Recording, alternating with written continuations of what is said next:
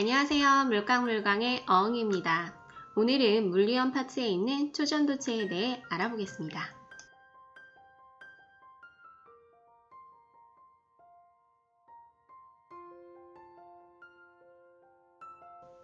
초전도체란 임계온도보다 낮은 온도에서 전기저항이 0에 가까워지는 초전도 현상을 나타내는 도체를 말합니다. 여기 보시는 사진이 초전도체인데요. 초전도체는 다양하게 존재합니다. 현재에는 고온에서 초전도 현상을 나타내는 물질을 찾기 위해 많은 과학자들이 노력하고 있습니다. 그래프를 보시면 특정 온도에서 저항이 0으로 떨어지는 게 보이시죠? 저항이 0이 되게 만들어주는 특정 온도를 임계온도라 하고, 이 온도는 초전도체의 종류에 따라 다르게 나타납니다. 초전도 현상을 처음 발견한 사람은 네덜란드 과학자 오너스입니다. 1908년 헬륨을 액화시키는 데 성공하고 그 액체 헬륨을 가지고 극저온 실험을 하던 도중 4켈빈에서 수은의 전기 저항이 0이 되는 초전도 현상을 처음 발견하게 되었는데요. 이 공로를 인정받아 1913년 노벨 물리학상을 수상하게 됩니다. 그러나 아쉽게도 초전도 현상이 왜 일어나는지에 대해서는 정확하게 설명하지 못했다고 합니다. 그것을 해결한 사람이 바딘, 쿠퍼, 슈리퍼 교수입니다. 그들이 연구한 BCS 이론이라고 불리는 초전도체 이론을 통해 초전도의 특성을 매우 세세한 부분까지도 설명할 수 있게 되었고, 그 공로를 인정받아 1972년 노벨 물리학상을 받게 됩니다. 여기서 BCS 이론의 B, C, S는 과학자들의 이름 두 문자를 따서 불렀다고 하는데요. 여러분들의 이름이 이론으로 등록되는 그날을 한번 기대해 보겠습니다. 마지막으로 초전도체 관련 연구를 통해 노벨 물리학상을 수상한 과학자는 아브리코스프, 긴즈부르크, 레깃입니다. 이들은 초전도체와 초유체 현상에 대한 이론적 토대를 확립한 공로를 인정받아 2003년에 수상하게 되었습니다. 지금까지 초전도체 관련 연구를 통해 노벨 물리학상을 수상한 여러 과학자들을 만나보았습니다. 앞으로 초전도체의 과제는 실온 초전도체를 만드는 것과 저온 초전도체에서 잘 맞지만 고온 초전도체에서는 설명이 잘 안되는 BCS 이론을 대체할 이론을 연구하는 것이라고 합니다. 여러분들도 혹시 관심이 가시나요? 저 어흥이는 꿈을 키우는 여러분들을 언제나 응원합니다. 왜 많은 과학자들이 초전도체를 이렇게나 열심히 연구하는 것일까요? 그것은 초전도체의 중요한 특성들 때문인데요. 그 특성들에 대해 알아보도록 합시다. 첫 번째 특성은 임계온도 이하에서 전기저항이 0이라는 것입니다. 저항이 0이면 전류가 흘러도 열이 발생하지 않게 되는데요. 이것은 전류가 흘러도 전력 손실이 생기지 않기 때문에 영원히 전류가 흐를 수 있음을 의미하게 됩니다. 실험에 의하면 초전도체 안의 전류의 수명이 적어도 10만 년 이상이라고 하니 어마어마한 양의 전기 에너지를 오랫동안 사용할 수 있게 되어 우리 생활에 큰 도움을 줄 수 있게 됩니다. 두 번째 특성은 그림처럼 임계온도보다 낮은 온도에서 초전도체 근처에 자기장이 있으면 초전도체의 내부 자기장이 0이 된다는 것입니다.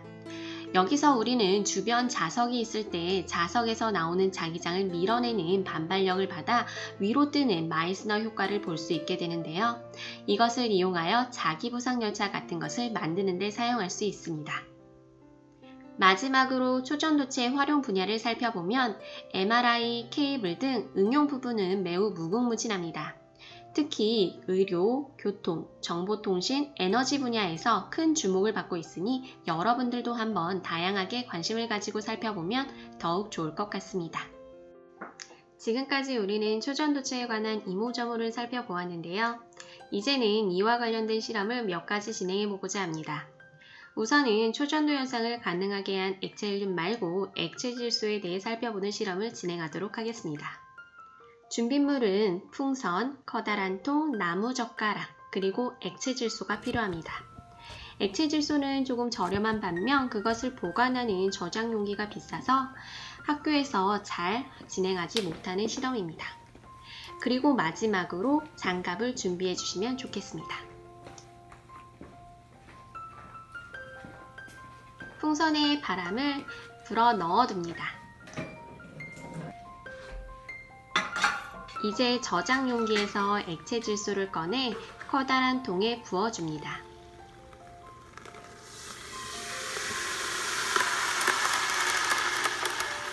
이제 액체 질소가 담긴 통에 풍선을 넣어둡니다. 그리고 풍선의 모양 변화를 관찰해 봅니다. 액체 질소는 초전도체 연구에 큰 도움을 주었는데요. 특히나 고온 초전도체를 찾는데 엄청난 역할을 하게 됩니다. 그 이유는 액체 질소의 온도가 77켈빈으로 액체 헬륨보다 훨씬 온도가 높고 값이 매우 저렴하며 헬륨에 비해 증발하는 정도가 늦기 때문입니다. 액체 질소를 조금 더 부어보았습니다. 이제 급격하게 풍선이 줄어든 모습이 보이시죠? 풍선 속 공기 분자들이 가지고 있던 열 에너지는 밖으로 방출하게 되고 그로 인하여 분자들 사이의 거리가 좁혀져서 이런 모습이 나타나게 됩니다. 풍선의 모양을 급격하게 변화시킬 정도로 차가운 액체 질소. 손으로 직접 만져서는 절대 안 되겠죠?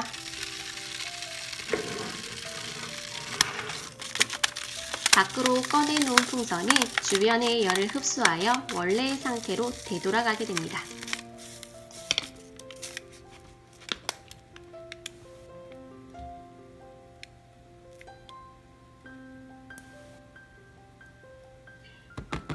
풍선이 처음 상태로 되돌아왔네요.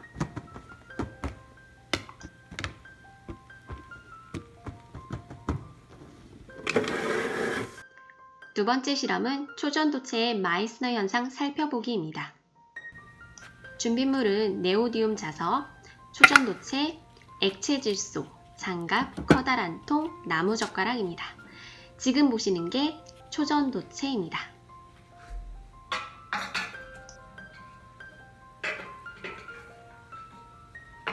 액체 질소를 꺼내 커다란 용기에 부어줍니다.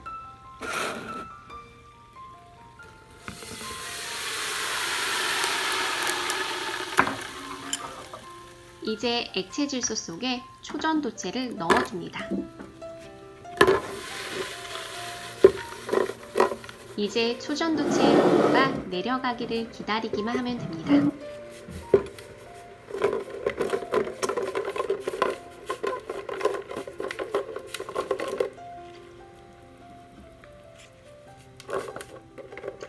자석 위에 초전도체를 올려보았습니다. 초전도체가 붕 떠있는 게 보이시나요? 그 사이를 나무젓가락이 유유히 지나갑니다. 아쉽게도 초전도체가 바로 자석 위로 떨어졌는데요. 그것은 주변에 있던 열을 초전도체가 흡수해서 온도가 높아졌기 때문입니다. 초전도체를 휴지로 감싸서 다시 진행해 보도록 하겠습니다. 휴지로 인하여 주변의 열이 천천히 흡수되도록 하여 실험을 오래 지속할 수가 있습니다. 보이시죠? 이게 바로 마이스너 효과입니다.